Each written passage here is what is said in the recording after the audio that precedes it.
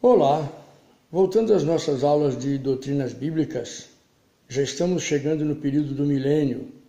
Falamos nas últimas lições sobre o arrebatamento, sobre a última semana do povo de Israel, onde ele faz um acordo com o anticristo, cujo acordo é quebrado no meio da semana. E por isso o anticristo vira inimigo de Israel e começa a atacar a cidade santa. Jesus disse que se aqueles dias não fossem abreviados, talvez não ficasse ninguém para contar a história. Mas eles foram abreviados com a volta de Jesus. Então nós falamos também sobre a volta de Jesus, quando ele vai descer sobre o Monte das Oliveiras. Seus pés pousarão sobre aquele monte onde ele gostava de repousar. E ali ficaram observando a cidade de Jerusalém, a cidade do grande rei Davi. Mas chegamos então à ocasião em que Jesus Cristo volta à terra, é aceito pelos judeus como seu Messias e ele inaugura o reino milenar, o reino em que Cristo reinará por 1000 anos. Esse reinado também é um pouco controverso, existem até algumas correntes teológicas que divergem entre si sobre esse período. Podemos dizer que existem 3 correntes principais. Uma chamada amilenista, que é aquela que diz que não vai haver milênio. Jesus Cristo simplesmente volta, julga todas as pessoas no grande trono branco, no juízo final, e inaugura o seu reino eterno com a igreja no céu. Esse se chama amilenista. Existem os que advogam a causa pré-milenista, que é quando diz que Jesus volta antes do milênio, mas consideram o milênio como uma possibilidade de Jesus ficar na Terra reinando. E a outra corrente pós-milenista, em que Jesus volta após o milênio. Essa corrente, muito pouco acreditada, algumas igrejas acreditam que o milênio vai ser implantado pela igreja. Aí cada um acha que é a sua igreja, em que a igreja vai dominar sobre o mundo, vai conquistar o mundo e instalará um reino de paz e prosperidade na terra. E então, depois desse tempo de paz e prosperidade, é que Jesus volta. Mas não é bem assim que a gente vê nas profecias. Não é? Quando falarem em paz e prosperidade, então lhes virá repentinamente o fim, dizem as profecias. Mas, como eu pessoalmente gosto de colocar a minha posição e não deixar dúvidas quanto a isso, acredito na posição pré-milenista. A igreja será arrebatada antes do milênio e até mesmo antes da última semana de Daniel. Nós podemos ver alguns textos que nos dão alguma coisa, que nos dá um pouco de base para pensar assim. A gente pode ver em Apocalipse capítulo 19, quando a igreja arrebatada já está no céu glorificando a Deus. Nós não vamos ler todo o texto para que a aula não fique muito longa, mas vocês podem ler em Apocalipse 19, de 1 a 6, a visão de João de uma igreja que já está no céu glorificando a Deus, louvando por ter sido arrebatada e estar salva no céu. Até mesmo o versículo 7 e 9 do mesmo capítulo 19 fala que as bodas do Cordeiro já estão se iniciando. As bodas do Cordeiro é o casamento da igreja com Jesus Cristo, é a união de Jesus com a sua igreja. Mas em seguida a gente pode perceber que no mesmo capítulo 19, a partir do versículo 11 até o 16, o texto diz que João vê o céu aberto e um cavalo branco que se aproxima da terra. E o seu cavaleiro se chama Fiel e Verdadeiro, e julga e peleja com justiça. Então a gente vai ver ali que ele vem sobre a terra, vem conquistando com uma espada afiada para com ela ferir as nações saindo da sua boca. E diz que ele as regerá com cetro de ferro. O Senhor Jesus vai ser duro com as nações que ficarem sobre a terra. E ele tem no seu manto, na sua coxa, um nome escrito, Rei dos Reis e Senhor dos Senhores. Então tudo isso está no capítulo 19, que você pode constatar lá. Primeiro o evento da igreja já no céu, depois Jesus Cristo vindo, e a gente pode entender as coisas aqui de uma maneira simples. No céu, o período já é eterno. Não há tempo mais, não se conta mais, não há relógio, não há cronômetro, não há nada. Mas Jesus Cristo volta depois de deixar a igreja arrebatada, e não é que ela fique abandonada, mas ele entra no tempo, e nesse tempo não conta na eternidade onde a igreja está. A esse tempo ele volta para a terra, e isto então ocorreu a última semana em que o anticristo está lá destruindo o povo de Israel. Jesus Cristo volta para vencer e para reger a terra. E nós podemos ver ainda no versículo 20 a 21, em que ocorre o aprisionamento da besta. A besta foi aprisionada junto com o falso profeta, e foram aprisionados por um tempo em que, depois no capítulo 20, vai falar sobre a prisão de Satanás, que ocorre durante 1000 anos.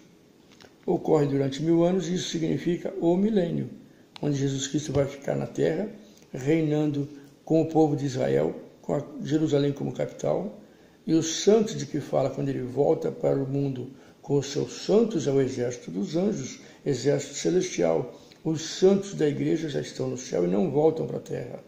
Os crentes que vão ficar na terra são aqueles que foram mortos, e aqui diz até alguma coisa parecida, em que João diz que viu aqueles que foram degolados pelo anticristo durante o reinado do anticristo.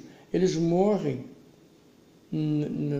perseguidos pelo anticristo, mas eles não são arrebatados, eles ressuscitam. É uma ressurreição como que abortiva, que ocorre quando Jesus volta, e ressuscitam para reinar um milênio com Jesus Cristo. Muitos serão judeus que nesse tempo terão também aceitado que o anticristo não é o seu Messias, e muitos morrerão. Eles ressuscitarão, farão parte da primeira ressurreição, e diz aqui no texto, até no capítulo 20, verso 6, bem-aventurado e santo aquele que tem parte na primeira ressurreição. Sobre esses, a segunda morte não tem autoridade. Pelo contrário, serão sacerdotes de Deus e de Cristo, e reinarão com ele os 1000 anos. Esses são os que morreram no tempo da grande tribulação. Então, este é o tempo, é a teologia que é pré-milenista e que acredita que a igreja é arrebatada, ocorre a semana, os 7 anos profetizados por Daniel, que é a última semana, e Jesus Cristo volta para inaugurar o milênio. Aí nós temos alguns textos que nos falam sobre o milênio. Nós podemos encontrar em Daniel, capítulo 7, versículo 9, por exemplo, em que ele fala da visão do julgamento das nações, quando Cristo vai reunir as nações, seus líderes, para entrar em juízo com eles, para ver aqueles que o aceitam como reino, como rei eterno, rei da terra toda. Nós temos aqui algumas profecias sobre o milênio, para aqueles que têm alguma dúvida quanto a se o milênio vai existir ou não. E nós encontramos algumas coisas, por exemplo, em Daniel, que fala exatamente sobre o texto que lemos no Apocalipse, quando as nações serão colocadas diante de Cristo. No caso aí vai ser Yahvé, o Senhor. Daniel 7, 9 e 10, ele fala sobre multidões que estão diante do trono, sendo julgados.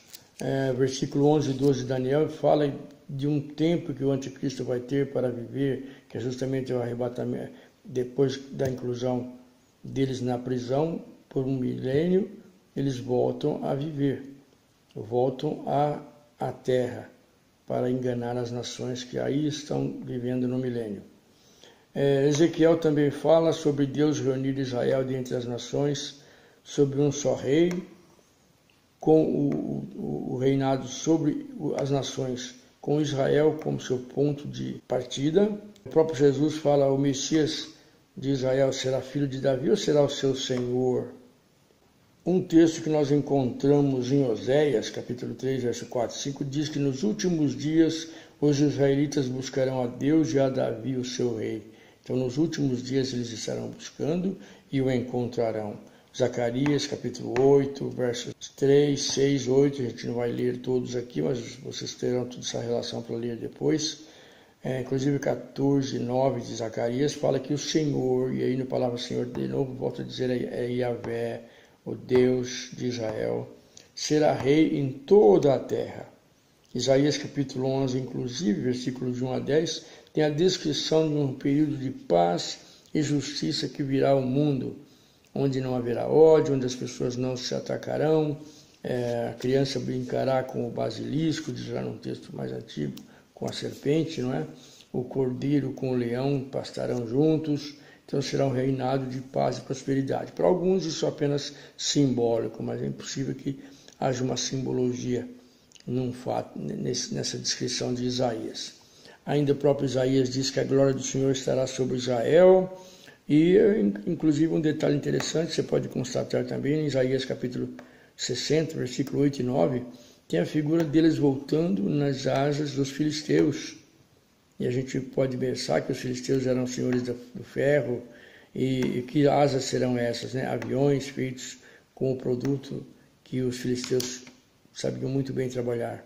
A gente pode ver que então eles estarão voltando em aviões e navios. As nações estarão servindo a Cristo e aos israelitas.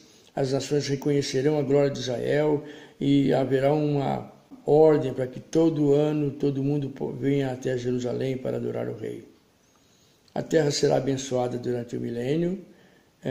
Salmo 67 fala de um governo sobre a terra de Deus com equidade, com justiça. Isaías capítulo 30 fala da fertilidade que as terras terão nesse período. Nesse período não vai haver enfermidade, o deserto florescerá, então nós teremos uma fertilidade, inclusive no deserto. O deserto se tornará em açudes, diz Isaías 41. O povo de Israel reconhecerá que é o seu rei que está reinando e trazendo prosperidade a Israel. Zacarias diz que rios correrão de Jerusalém e o Senhor, Yahvé, será o rei. E todas as nações virão adorar o rei em Jerusalém, isso está em Zacarias. Então este é o milênio, que vocês podem ver em todos os textos que eu vou deixar para vocês vejam. E o fim do milênio ocorrerá quando Satanás é solto, Apocalipse 27 a 10, é solto e lidera a revolta final das nações contra Jerusalém. Deus permite que ele volte novamente, como fez com o tempo de Adão e Noé, Adão e Eva, em que ele deixou que Satanás os tentasse. Essas nações também serão tentadas a se rebelarem contra o rei que já está no trono há 1000 anos. E essas nações que se rebelarem, que não quiserem destronar Jesus em Jerusalém, serão todas destruídas. Esse será o fim do milênio, quando então será instalado o juízo final. E aí ocorrerá coisas estupendas no juízo final. Nós poderemos falar um pouco sobre ele na próxima lição. Deus os abençoe. Até lá.